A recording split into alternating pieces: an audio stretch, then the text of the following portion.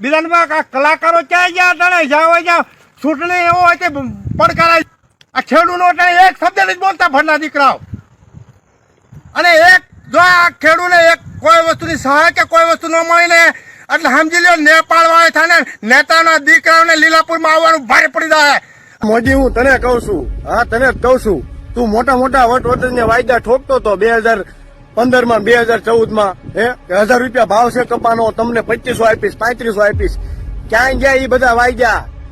બાપા અમારામાં શું કરવું? ઉગી ગયા અમારામાં છોકરાનો તેલનો કરવું કે સડિયું કરવું એ પેલા ખબર છે કે લોન માફ કરો બાપા અમારાથી કઈ નથી થાય. સર્વે કરવાનો નાટક જ શું કરવાની જરૂર છે ભાઈ? ખેડૂતોનું કર્જ જ માફ કરો. પેલી વાત તો એ મુદ્દાની વાત, તમારી કોઈ સહાય કોઈ જરૂર નથી. બાકી આવનારી આ જે તાલુકા પંચાયત જિલ્લા પંચાયતમાં વિસાવદર વાળી કરવાની છે ને કરવાની. નો બાપ છે, કોઈનો મોથાજ નથી અને સરકાર સામે અમે કોઈ ભીખ નથી માંગતા. જો હાથ ફેલાવીને સરકાર આપી દે તો એની પ્રભુતા દૂર નથી ને અમે માંગીને આપી દઈએ વાત અમને મંજૂર નથી. એટલે અમારે એની ભીખ નથી જોતી, અમારે અમારો હક જોઈએ છે. અને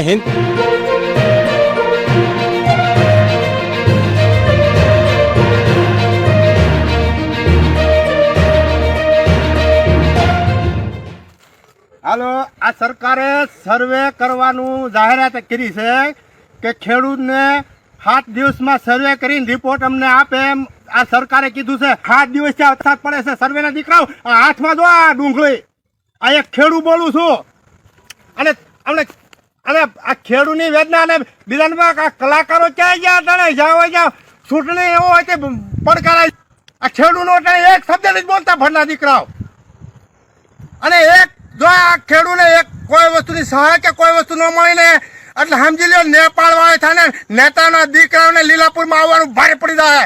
અને લાલજી મોહન કાકડિયા બોલે છે હું અને લીલાપુરનો ઇતિહાસ જાણી લે. નેતા હોતા પોતળીઓ હોતે કાઢી નાખવાના છે. બેન મારે ઇન્ટરવ્યુ દેવાનું છે. મારું ગામ તમતાર ધજાળા છે અને મારું નામ પીટીભાઈ બાવળિયા છે. આ કરતા ફરતા બંધ કરો અને આ સર્વે સરકારને કરવાનું ન હોય. મારા ઘરમાં 3 સભ્ય હોય તો આખા ગામને ખબર હોય કે 3 સભ્ય છે, તો આ સરકારને ખબર નથી હોતી કે કોના ખેડૂતમાં કેટલી સર્વે નંબર જમીન આવેલી છે. તમારું હું કેવું ગામ આ બધા જાણો છો? સર્વે કરવાનું આવે જ નહીં. સર્વે કરવાનું કેવી રીતે આવે કે હું અભણ હોય, હું મુખ્યમંત્રી નો હોય, હું મંત્રી નો હોય, હું કઈ તલાટી નો, હું સરપંચ નો હોય તો મને ન ખબર હોય. સરકારને બધી ખબર જ નથી. અને ભાજપની સરકાર, કોંગ્રેસ ને હાવાણાની સરકાર હોય. આજ મને હાવાણાની સરકારમાં જવા હાટું ઘરેથી રજા આપી છે મારા ઘરના. મને ઘરના રજા નથી આપતા.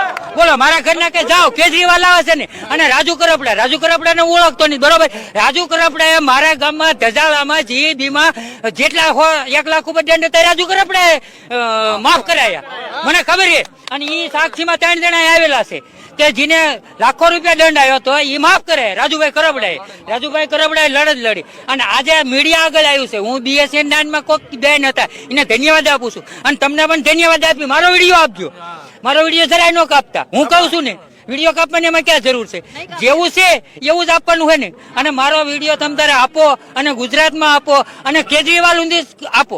કેજરીવાલને અમદાવાદમાં કહેતા હતા કે ઈ રિક્ષાવાળા ભાઈને શીખવાડ્યું અને એના ઘરે લઈ જા. આવો પ્રેમજીભાઈને ઘરે જજા. હું ક્યાં કેજરીવાલને ઓળખું છું? મારે કેજરીવાલને આજ વિનંતી કરવી છે કે મારા ઘરે આવે, બરોબર? મારા ઘરે આવે. હું કોઈને બીતો નથી. હું ખાલી મારા ઘરનાથી ને બીવું છું ને. હું ક્યાં કોઈ નથી બીવું છું. હું મારા ઘરના આજ મારા ઘરના રજા આપી છે કે જાઓ. અને ઇન્ટરવ્યુ મેં કોઈ દી ક્યાંય નથી આપ્યું. આ પહેલું ઇન્ટરવ્યુ મારું છે.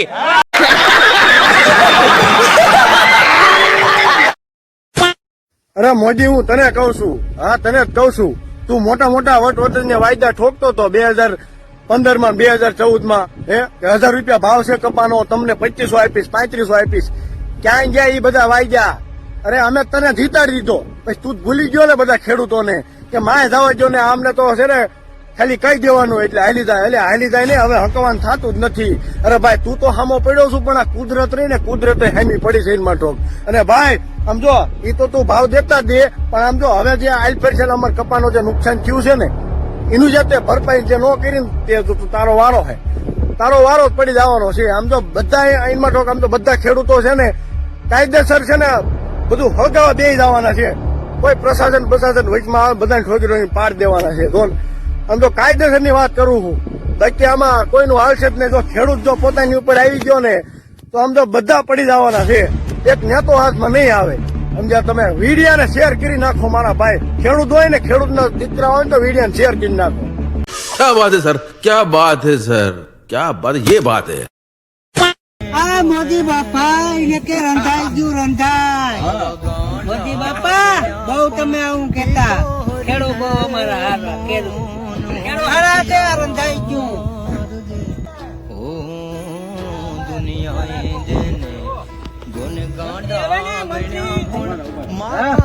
મંત્રી ને કહેશો મંત્રી ઓનલાઈન કરાવે આ ફુંગાઈ ગયો ફુંગાઈ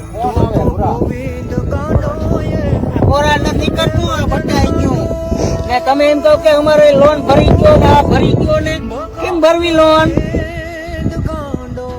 આમ નો ભરાય લોન માફ કરવી પડશે બાપા અમારે આમાં શું કરવું ઉગી ગાય અમારે આમાં છોકરાનો તેલ નો કરવું કે સડિયું નો કરવું એ પેલા ખબર છે કે લોન માફ કરો બાપા અમારાથી કઈ નથી થાય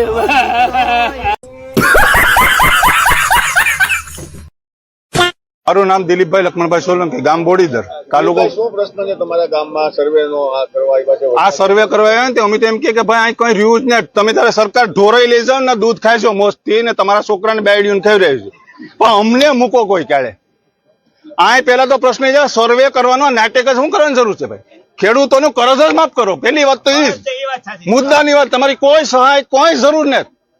બાકી આવનારી આ જે તાલુકા પંચાયત જિલ્લા પંચાયત આની વિસાવદર વાળી કરવાની છે ને કરવાની.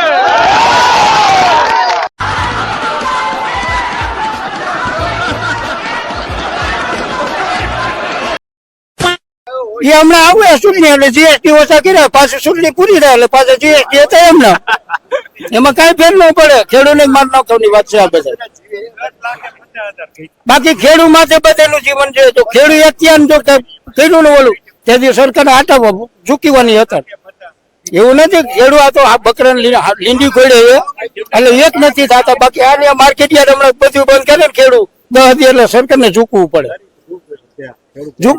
વેપારીની સરકાર છે બાકી ખેડૂતની કોઈ નથી. ખેડૂતને મારી જ નાખ્યા સરકાર. કોઈ જાતનો ભાવ નહીં કોઈ નહીં બધી રીત એવું. આને માંડવીનો અમે તેલના ડબ્બા લેવા જાવ ને પછી 2 મહિના પછી એટલે ડબ્બા લઈ જાય ભાવ. એક કંપનીને તો કેવડી ખોઈ ને દેણું માફ કરી દે સરકાર તો ખેડૂત નું કરે છે. અને આમાં એને આપ્યા પૈસા કપા હોય એને હાલો થાય તો એને એમ ન કરે. બધા ખાતા દીઠ ભાઈ જેને હોય એને એક જ દીઠ કે 5,000 કે 2,000 બધા ખેડૂત મળવો જોઈએ. આ તો 2 ખેડૂત મળે ને 3 ને ન મળે ઉપર ભ્રષ્ટાચાર આવે. બાકી કોઈ નથી જોડતા ભ્રષ્ટાચાર જ હાલે. બાકી આ ન હાલે. સરકાર આપે ઝૂકવાની જ છે ધાવાની જ છે.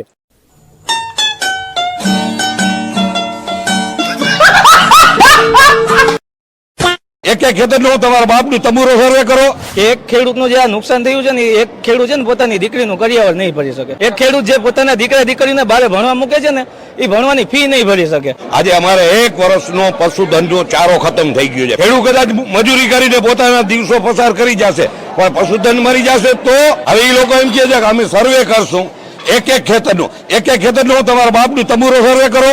ટેકાના ભાવમાં એ કે અમે 70 મણ જ માંડવી લેશું તો આમાં ખેડૂત વધે હું એકતા માવઠાનો મારે ડૂસા બગડી ગયા માંડવી પલરી ગઈ તો હવે અમારે છે ને જે બેંકમાં જે ખેડૂત નવું ધિરાણ લીધું ને માફ કરી દે. અને એક તો ખાતરમાં લાઈન નો લગાવે તોય દે નહીં. કઈ 70 માં લે એના કરતા નો લે તો સારું. સમજ્યા? અમારે મજૂરી ખોટી ચડી જાય વાહન ભાડા જડે નહીં પાછા 2-3 મહિને પૈસા આપે એના કરતા હાવ બંધ કરી દે સારું. ઓછા ઓછી 200 મણ હોવું જોઈએ. હા ઓછામાં ઓછી તો જ ખેડૂતો પરવાને નકર શું આમાં સર્વે ખોટી ના છે. ખોટા સર્વે કરવો જોઈએ. ખેડૂત આજથી મંડીએ ગમે હેઠી નાખી દે વાવવાનું કરીએ કે આનું સર્વે નું ધ્યાન રાખીએ ત્યાં સુધી ખબર પડીએ. ખેડૂત બિયારણ લે દવા લે એગ્રાવ માંથી ખર્ચા કરે મજૂર ને ખર્ચા કરે છેલ્લે આ પરિણામ આવે એટલે ખેડૂત પાયમાલ થઈ જાય છે. હા વાત તો સહી છે.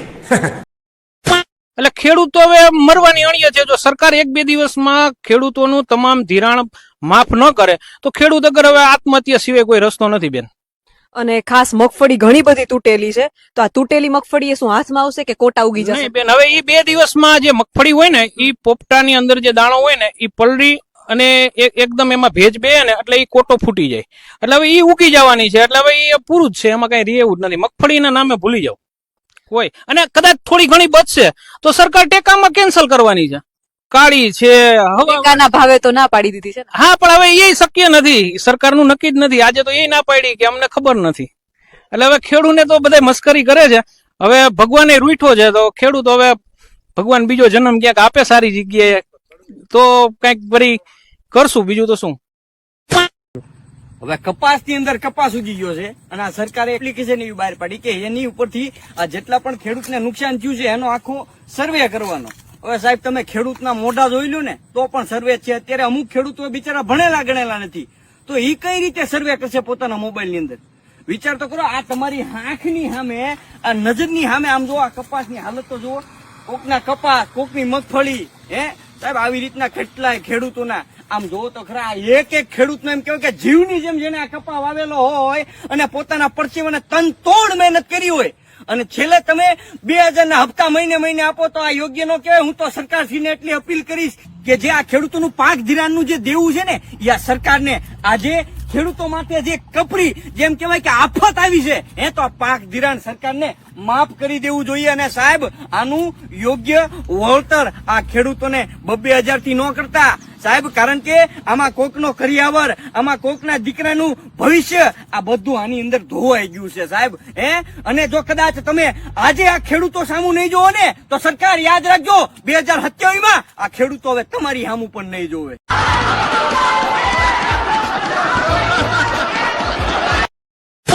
જગતનો બાપ છે, કોઈનો મોથાજ નથી અને સરકાર સામે અમે કોઈ ભીખ નથી માંગતા. જો હાથ ફેલાવીને સરકાર આપી દે તો એની પ્રભુતા દૂર નથી ને અમે માંગીને આપી દઈએ વાત અમને મંજૂર નથી. એટલે અમારે એની ભીખ નથી જોતી, અમારે અમારો હક જોઈએ છે. અને 70 મણ જે મગફળી છે ને એ લોલીપોપ છે. 70 મણ માં ભરીને જાઓ, તમે ભરીને જાઓ, મારે દેવી કોઈ જઈ શકે? અને ગામના ખેડૂતને, દેવભૂમિ દ્વારકા જિલ્લાના બધા ખેડૂતને અપીલ કરું, બધા ભેગા આવો. હવે એમ કે 2 ખેતરનું ભેગું કરી લેજો, અમે એમાં સર્વે કરી દઉં. હું સર્વે કરી દે. 2017 નો વીમો અમારો ગોટે ચડી ગયો, હું સર્વે કરી દીધું. એટલી નુકસાની એવી ડૂચા બગડી ગયા. લઈ આવો, અમારે 3 મણ ભૂકો જોઈએ. સરકારથી નીકળે ક્યાં નથી નીકળતો ને. તો આ લોલીપોપ બંધ કરે, સર્વેની વાત જ ભૂલી જાઓ. પ્રમોલગેશનમાં સરકારની ભૂલ છે અને એમ કે તમારું ખેતર વાં બોલે છે તો અહીંયા અધિકારી અમે છે, અમે બેઠા છે. ખેડૂત જગતનો બાપ છે અધિકારી, એને નીચે કામ કરવા જોઈએ, એને બદલે એની ઉપર થઈને કામ કરે છે. એટલે પૂછીને એની પ્રમોલગેશન કર્યું ને એની મેળ્યા ખેતર ઓલાનું વાં જવા દીધું, ઓલાનું વાવ. આ ભાઈઓને ખપાવી નાખવાનો ધંધો કહેવાય. આ કોઈ પ્રમોલગેશન નથી. આ પ્રમોલગેશન તો સંપૂર્ણપણે રદ કરો. બધાને ખબર છે કે એક આંકડો દબાવો તો આના ખાતામાં જે વળતર આવવાની છે આવી જાય, પણ નથી દબાવવા. કારણ કે ખેડૂતને કાયમથી કાયમ ભિખારી કરી દેવા છે. અને અટાણે એવું આખરટાણું હોય કે કોઈ અગર 1 રૂપિયો ના હોય ને એમાં માંડવી તો પરલી કે વેચવું હું વાંજાવતા કે કાળા ફોતરા અમે કલર લઈને કરી થાય. કાગર લેવા જાય તો કાગર ના મળે. માંડવી વેચવી હોય તો વેપારીનો ભાવ, ડીએપી લેવું હોય તો વેપારીનો ભાવ.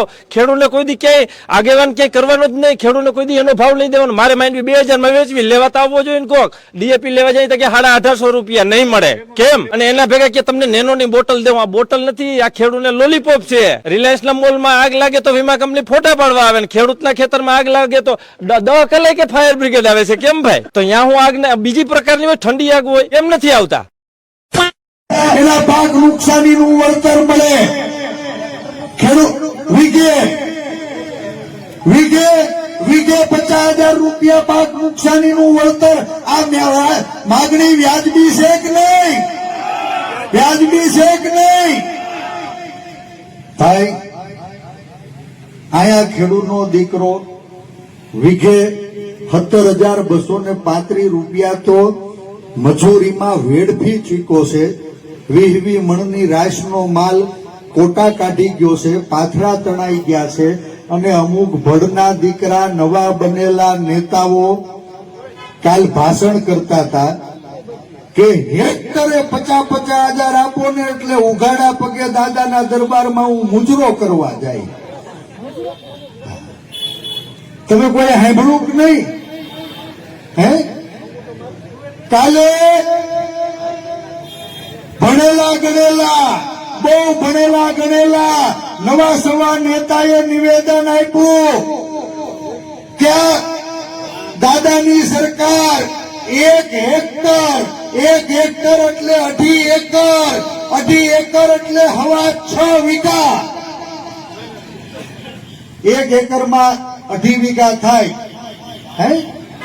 6.5 વીઘા. 6.5 વીઘામાં 1 હેક્ટર થાય.